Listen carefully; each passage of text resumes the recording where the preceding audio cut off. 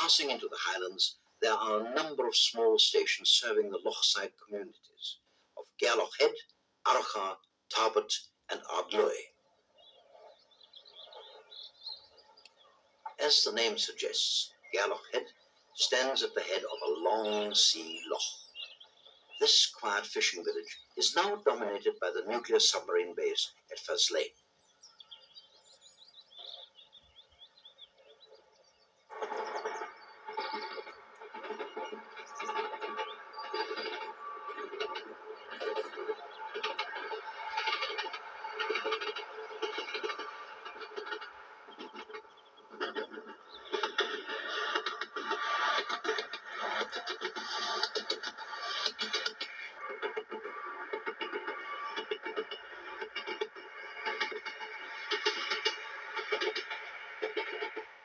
Loch Lomond is aptly named.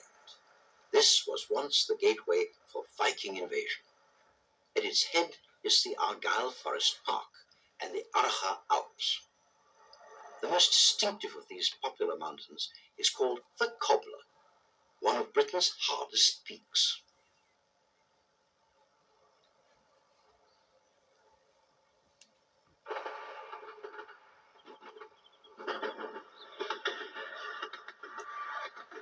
At Tarbert, there is a small craft centre where there are demonstrations of traditional handloom weaving.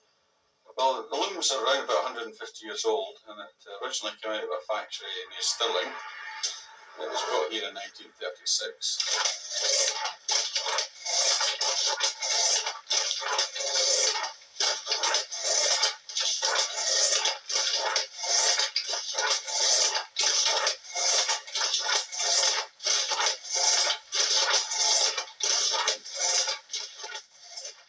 Before leaving this quiet little station, the sprinter must wait for a passing freight train.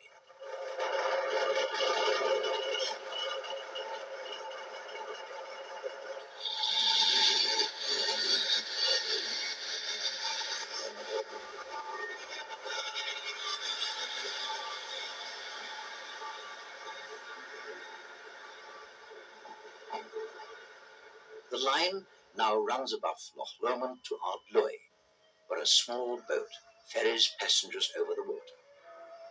Loch Lomond is Scotland's largest loch and one of the most popular.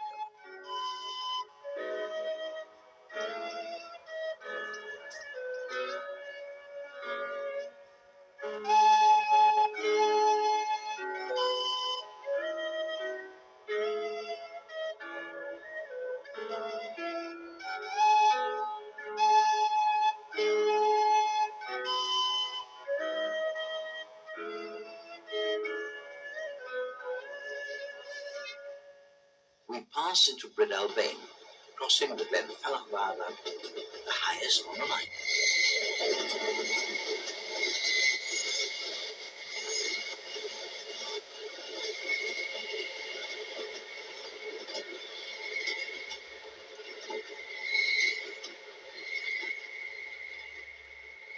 Beneath the viaduct are the dramatic falls of Falach.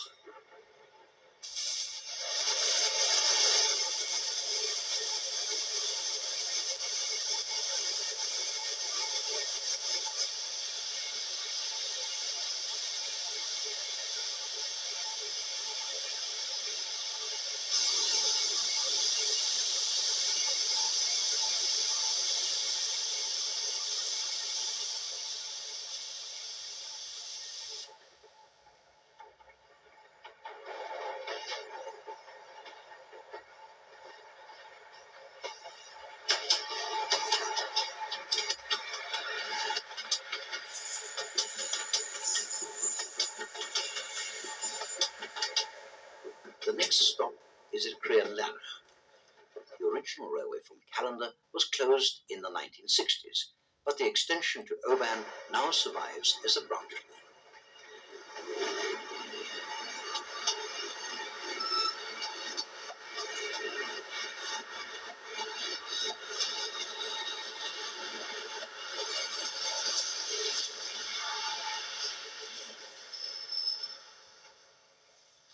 Today, the train divides with one half for Oban and the other Fort William and Malay.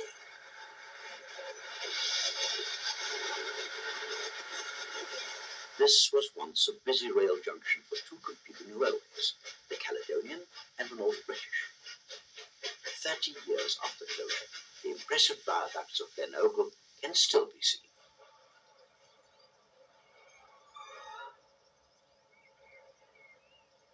Long before the railways, this pleasant village was the territory of the clans Campbell and MacNab. It now attracts less warlike people in the form of walkers and nature lovers. Ben Moor towers above the glen, which carries a long-distance walker's trail all the way to Fort William.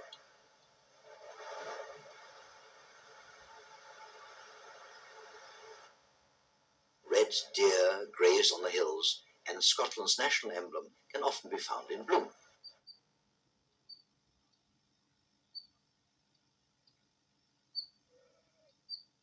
As the glen opens into Strathfillion, the ruins of St. Filion's Priory commemorate the first introduction of Christianity to the Scottish Highlands.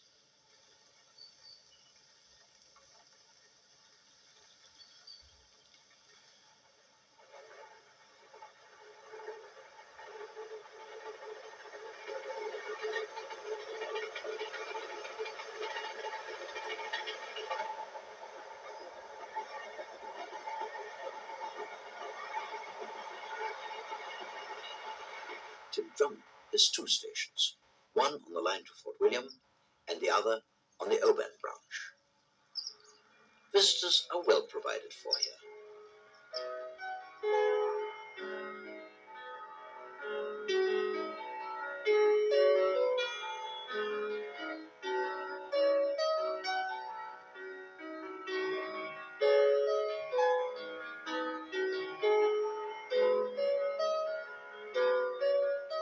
On the hillside, there are old lead mines.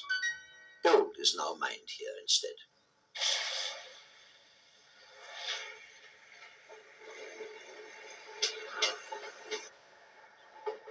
Clinging to the hillside, the line rounds the great horseshoe curve between Ben O'Dare and Ben Doraine.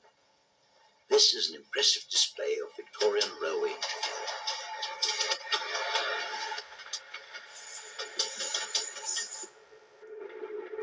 Heading south, a Class 37 diesel pulls the evening sleep train.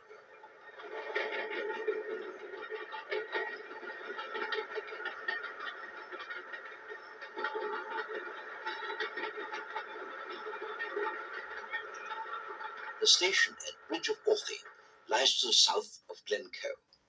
It serves a tiny hamlet and hotel on an ancient route through the glens.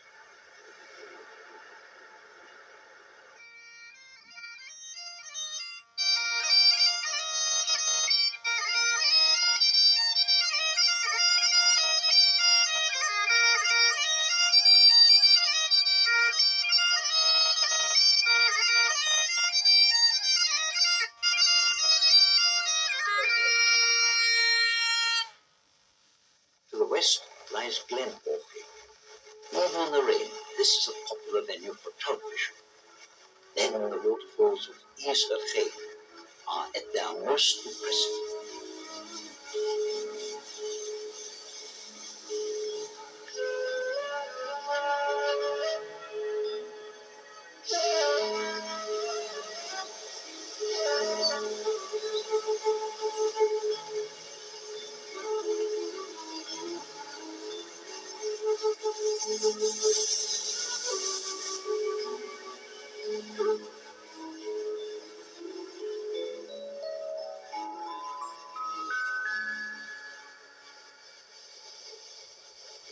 A little further afield is Glencoe, the most famous of all the Scottish glens.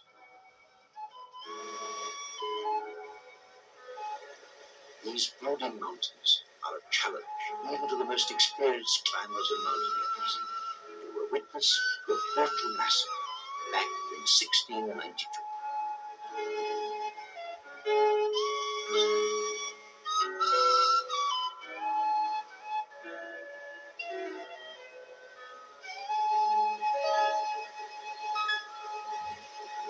The line now runs across the desolate expanse of Rannoch Moor.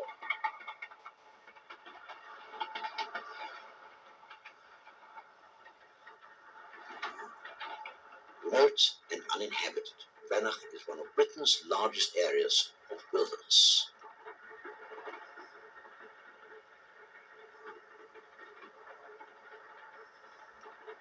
The chalet-type station building at Rannoch is easy to recognize. The footbridge is distinctively Scottish. This vast desert of peat bogs, heather, streams and lochs was crossed by floating the line on a bed of branches carrying thousands of tons of ash and earth.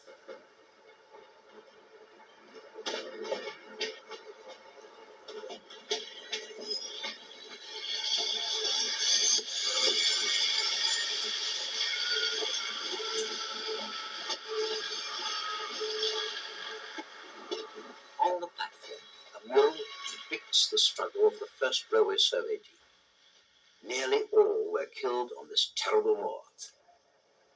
Also remembered here is Mr. Renton, who refinanced the line's construction.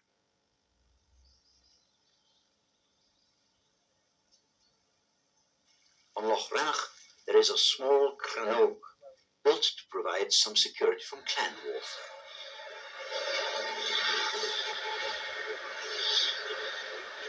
Leaving the station, the train continues north over another viaduct and on to Corroor, at the summit of the line at 1,350 feet.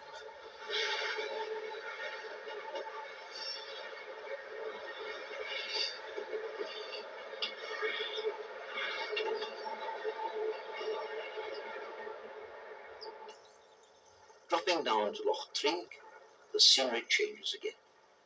In 1932, the track was realigned here and a new tunnel dug to allow for a hydroelectric scheme.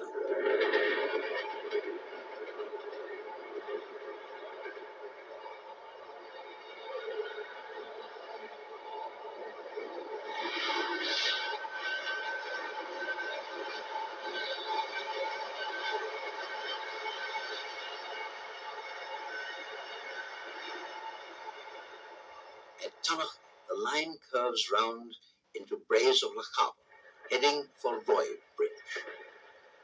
The early morning steamer nears the end of its overnight run from Glasgow to London.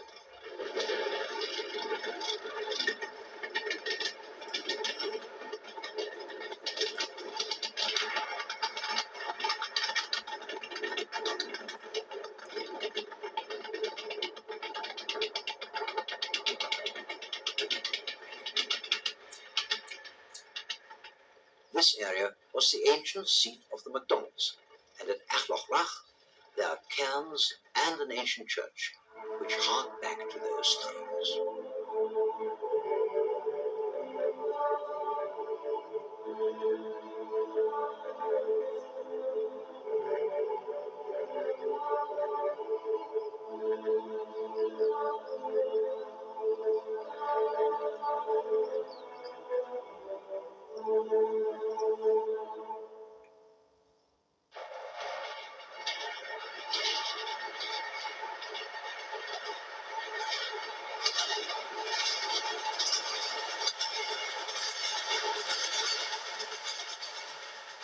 Beyond the Monazee Gorge, we reach Speen Bridge. The bridge itself was built by Thomas Telford in 1819.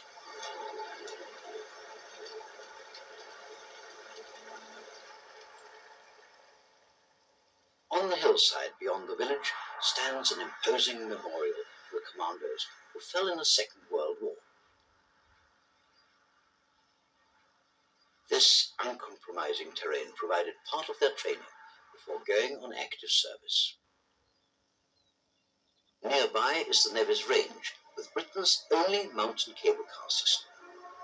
The gondola cars give access to the upper slopes of Rannoch Moor, and in winter provide thousands of skiers with some of the highest and best skiing in Scotland.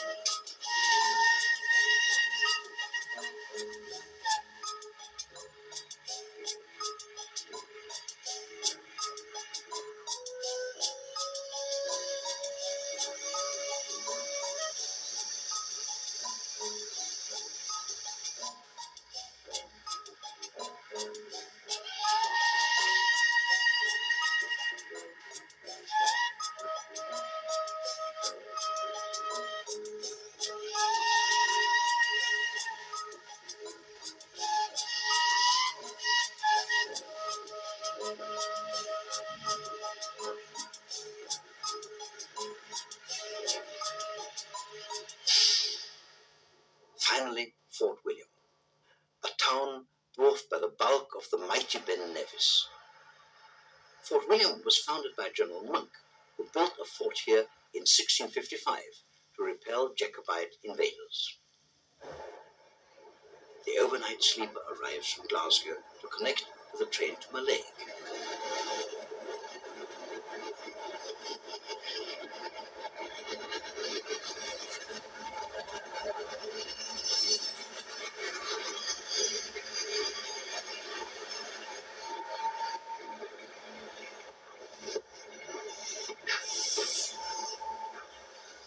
The threat to withdraw this sleeper service generated a massive protest throughout Scotland, and the authorities have been forced to back down. With duties over, Mary Queen of Scots runs around her train before returning to the depot.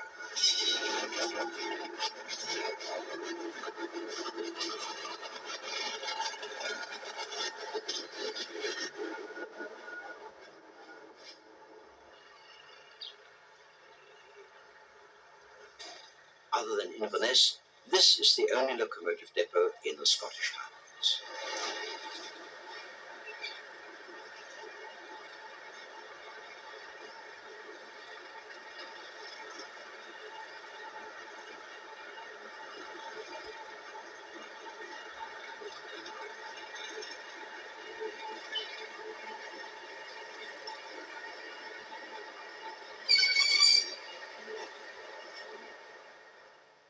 Behind the depot is old Inverlochy Castle.